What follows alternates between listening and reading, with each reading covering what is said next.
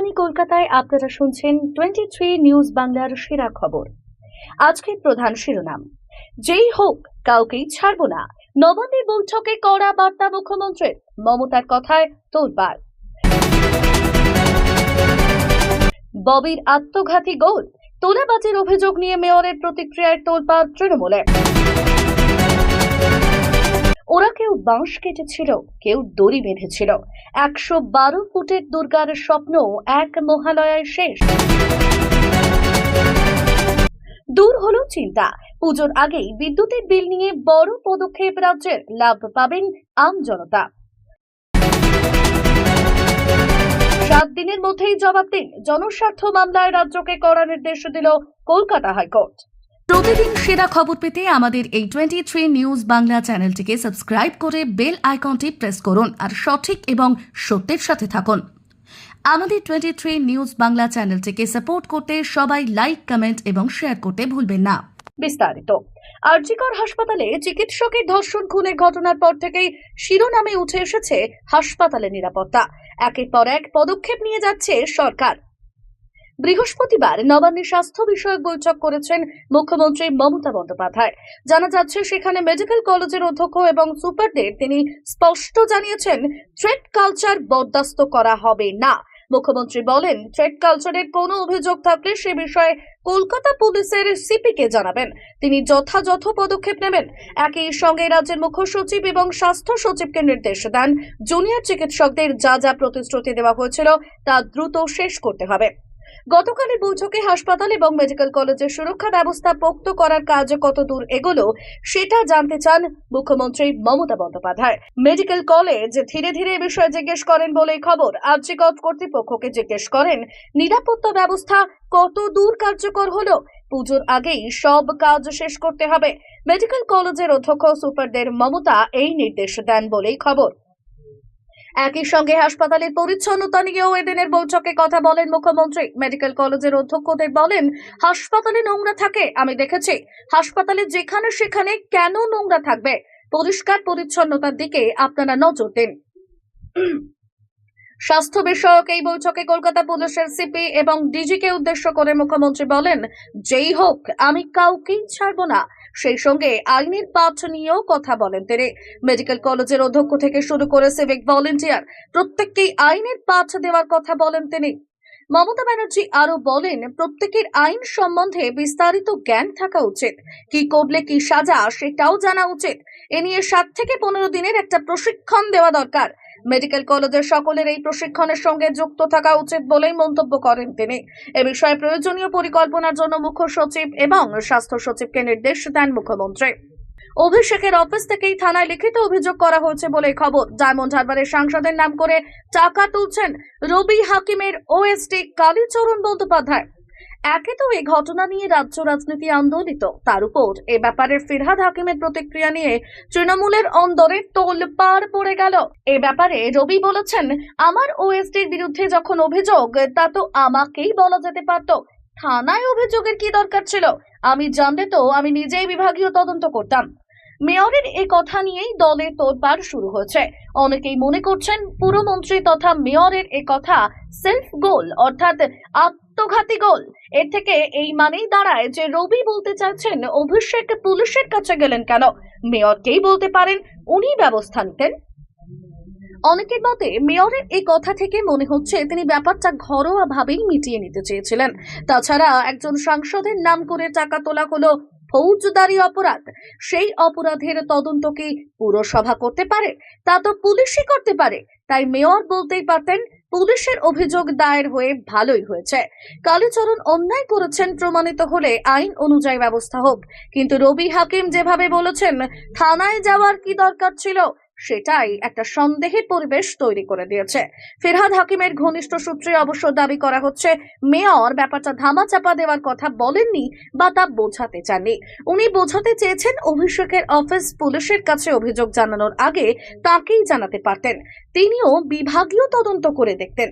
কিন্তু ঘটনা হলো, রাজনীতি সবসময় ধারণায় চলে।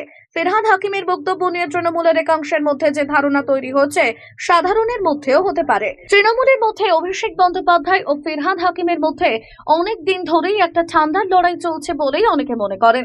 21 সালে বিধানসভা ভোটের পর অভিষেক দলের মধ্যে এক ব্যক্তি এক পদ নীতির বাস্তবায়ন করতে চেয়েছিলেন, কারণ ফিরহাদ হাকিম তখন ছিলেন দুটি দপ্তরে, পুর দপ্তর এবং পরিবহন দপ্তরের মন্ত্রী, সেই সঙ্গে কলকাতার মেয়র। তাছাড়া সংগঠনেও সাধারণ সম্পাদকের পদ ছিল তাঁর। অভিষেক এক পদের সওয়াল করতেই সবচেয়ে বেশি প্রতিক্রিয়াশীল হয়ে উঠেছিলেন ফিরহাদ হাকিমই। শেষমেশ দেখা যায় পরিবহন দপ্তর তার হাত থেকেই চলে যায়। তবে এখনো রবির সরকারিভাবেই দুটি পদ। এবার লোকসভা ভোটের সময়ও এই কথা দলের মধ্যেই চাউর হয়েছিল যে বসিরহাট লোকসভা কেন্দ্রে মেয়ে প্রিয়দর্শিনী হাকিমকে প্রার্থী করার চেষ্টায় রয়েছেন মেয়র, কিন্তু তাতে বাঁধ সেধেছেন অভিষেক। শেষমেশ বসিরহাটে প্রার্থী করা হয় হাজী নুরুল ইসলামকে। নুরুল ভোটে জিতেছিলেন, তবে সম্প্রতি তার অকাল মৃত্যু বসিরহাটের উপনির্বাচনের ফের অনিবার্য হয়ে উঠেছে। তার আগে আবার ঘটে গেল এই অভিযোগ কাণ্ড। সব মিলিয়ে ব্যাপারটা তাৎপর্যপূর্ণ হয়ে উঠল বলেই মনে করা হচ্ছে। জেলা শাসকের রিপোর্ট প্রকাশ্যে আসার পর প্রায় অনিশ্চিত 112 ফুটের দুর্গার পুজো। নদিয়ার কামারপুর গ্রাম পঞ্চায়েতের কামারপুর গ্রামের মানুষের মধ্যে এখন শুধুই হতাশা। গ্রামের মানুষ দীর্ঘদিন ধরে এই 112 ফুট উচ্চতার দুর্গার জন্য নিজেদের উজাড় করে দিয়েছিলেন। তাই পুজো বন্ধ হওয়ার নির্দেশ আসতেই ক্ষোভে ফেটে পড়ছেন এলাকার মানুষ। মণ্ডপ তৈরির অনুমতি না দিলে আর পুজোই করবেন না গ্রামের মানুষ, এমনটাই বললেন তৃণমূল পঞ্চায়েত সদস্য। প্রশাসনের অনুমতি না মেলায় রীতিমতো ক্ষুব্ধ তিনিও। রানাঘাট শহর থেকে প্রায় 13 কিলোমিটার দূরে এই মণ্ডপ তৈরি হচ্ছিল। এই পুজোর উদ্যোক্তা কামালপুর অভিযান সংঘ। এবার তাদের পুজো 55 বছরে পা রেখেছে। এই পুজোকে কেন্দ্র করে একত্রিত হয়েছে পাশাপাশি প্রায় 20টি গ্রাম। ভলান্টিয়ার হিসেবে সহযোগিতার হাত বাড়িয়ে দিয়েছে প্রায় 25টি ক্লাব।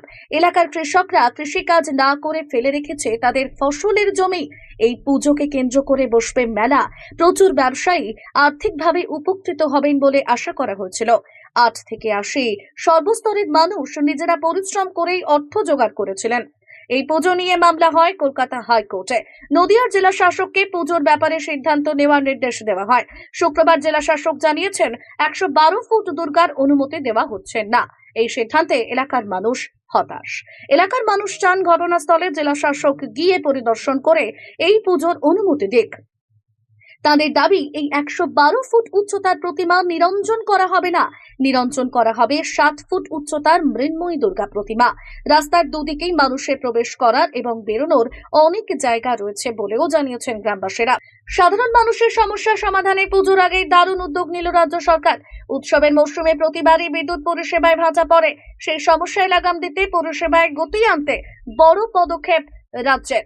এবার হোয়াটসঅ্যাপ নাম্বার চালু করল পশ্চিমবঙ্গ রাজ্য বিদ্যুৎ বন্টন সংস্থা। আগে থেকেই হোয়াটসঅ্যাপ নাম্বারে একাধিক পরিষেবা দিয়ে থাকে সিএসসি। সেই আদরেই পরিষেবা দিতে এবার 8433719121 এই হোয়াটসঅ্যাপ নাম্বারটি চালু করে দিল WBSEDCL। এই নাম্বারের মাধ্যমে একাধিক সুবিধা পাবেন গ্রাহকরা, একাধিক বিষয়ে জানতে পারবেন। ফলে একদিকে যেমন সময় লাঘব হবে, তেমনি গ্রাহকদের ঝক্কিও অনেকাংশেই কমবে বলেই মনে করা হচ্ছে। জানিয়ে রাখি, এই নাম্বারের মাধ্যমে গ্রাহকরা যে কোনো সময় বিল সংক্রান্ত যাবতীয় তথ্য জানতে পারবেন। বিল দেখা এবং বিলের কপি ডাউনলোড করা যাবে এই হোয়াটসঅ্যাপ নাম্বারের মাধ্যমে। শুধু বিল দেখাই নয়, বিল পেমেন্ট করারও সুবিধা পাবেন গ্রাহকরা। পেমেন্টের রসিদ ডাউনলোড করার সুবিধাও থাকছে। নো পাওয়ার কলও করা যাবে। কেউ নতুন কানেকশন নিতে চাইলে সে বিষয়ে আবেদন করার সুযোগ মিলবে। পাশাপাশি নতুন কানেকশনের কোটেশনের পরিমাণও জানা যাবে। বিদ্যুৎ বাঁচানোর বিভিন্ন পদ্ধতি জানা যাবে। গ্রাহকরা প্রিপেড ভাউচার রিচার্জ করতে পারবেন এর মাধ্যমে। জানিয়ে রাখি, পশ্চিমবঙ্গ রাজ্য বিদ্যুৎ বন্টন সংস্থার তরফে চালু করা এই হোয়াটসঅ্যাপ নাম্বারের মাধ্যমে বিদ্যুতের লাইন কোথাও বিপজ্জনকভাবে থাকলে তারও ছবি তুলে পাঠাতে পারবেন গ্রাহকরা। পুজোয় যাতে বিদ্যুৎ পরিষেবা সুষ্ঠু এবং নির্বিচ্ছিন্নভাবে থাকে, সেই লক্ষ্যেই বৃহস্পতিবার কন্ট্রোল রুমের উদ্বোধন করা হয়। বিদ্যুৎ মন্ত্রী অরূপ বিশ্বাসের হাতেই উদ্বোধন হয়। উপস্থিত ছিলেন বিদ্যুৎ দপ্তর এবং সিএসসির আধিকারিকরা। 100 দিনের কাজ নিয়ে কেন্দ্র রাজ্য সংঘাত আজকে নয়, সেই বহুদিনের রাজ্যের দাবি বাংলার 100 দিনের কাজের টাকা আটকে রেখে বাংলার মানুষকে বঞ্চিত করছে কেন্দ্রীয় সরকার। ওদিকে কেন্দ্রের পাল্টা অভিযোগ, হিসেবের কারচুপির জেরে প্রকল্পের টাকা বন্ধ রাখা হয়েছে। এই আবহে 100 দিনের কাজ প্রকল্প নিয়েই মামলা কলকাতা হাইকোর্টে। আদৌ রাজ্যে 100 দিনের কাজ হচ্ছে কিনা সে নিয়ে প্রশ্ন তুলে দিল কলকাতা হাইকোর্ট। বাংলায় 100 দিনের কাজ হচ্ছে কিনা রাজ্যের কাছে জানতে চাইল হাইকোর্ট। বৃহস্পতিবার 100 দিনের কাজের দুর্নীতি সংক্রান্ত জনস্বার্থ মামলা উঠেছিল হাইকোর্টের প্রধান বিচারপতি টি.এস. শিবজ্ঞানম এবং বিচারপতি বিভাস পট্টনায়কের ডিভিশন বেঞ্চে। আদালতের নির্দেশ, ওই প্রকল্পে উঠে আসা দুর্নীতির অভিযোগের ভিত্তিতেই অনুসন্ধান হয়েছে। প্রকল্পের কাজ যাতে কোনোভাবেই বন্ধ না হয় সে বিষয়ে রাজ্য সরকারকেই নিশ্চিত করতে হবে। মামলাকারীর অভিযোগ ছিল, প্রকল্পের টাকা নিয়ে কেন্দ্র রাজ্য টানাপোড়েনের জেরে বিগত 2 বছর ধরে কাজ বন্ধ রয়েছে। এদিন আদালতের নির্দেশ, এই প্রকল্পকে ঘিরে নানা দুর্নীতির অভিযোগ রয়েছে। প্রকল্পের কাজ যাতে বন্ধ না হয়, মামলাকারীর অভিযোগ ছিল প্রকল্পের টাকা নিয়ে কেন্দ্র রাজ্য টানাপোড়েনের জেরে বিগত 2 বছর ধরে কাজ বন্ধ রয়েছে। এদিন আদালতের নির্দেশ, ওই প্রকল্পকে ঘিরে নানা দুর্নীতির অভিযোগ রয়েছে। প্রকল্পের কাজ যাতে বন্ধ না হয় এ বিষয়ে আগামী 7 দিন অর্থাৎ 3রা অক্টোবরের মধ্যেই রাজ্যের থেকে কাজের খতিয়ান চেয়েছে উচ্চ আদালত। 100 দিনের কাজ আদৌ চলছে কিনা তা জানাতে হবে রাজ্যকে। প্রসঙ্গত, রাজ্যের বিরুদ্ধে কেন্দ্রীয় সরকারের 100 দিনের কাজের টাকা নয়ছয়ের অভিযোগ তুলে আগেই আদালতে মামলা করেছিলেন বিরোধী দলনেতা শুভেন্দু অধিকারী। অভিযোগের ভিত্তিতে ভুয়ো জব কার্ড শনাক্ত করতে 4 সদস্যের কমিটি গঠন করে দেয় হাইকোর্ট। কেন্দ্র থেকে টিম এসে অনুসন্ধান চালায় রাজ্যের একাধিক জেলাতে। সেই কমিটির রিপোর্টের উপর ভিত্তি করেই গত বছর মার্চ মাসে প্রকল্পের অর্থ বন্ধ করে দেয় কেন্দ্রীয় সরকার। হাইকোর্টে মামলা করেছিল পশ্চিমবঙ্গ ক্ষেত মজদুর সমিতিও। কেন্দ্র রাজ্য সংঘাতের জেরে কাজের পরও শ্রমিকরা প্রাপ্য টাকা পাচ্ছেন না বলে মামলা হয়েছিল।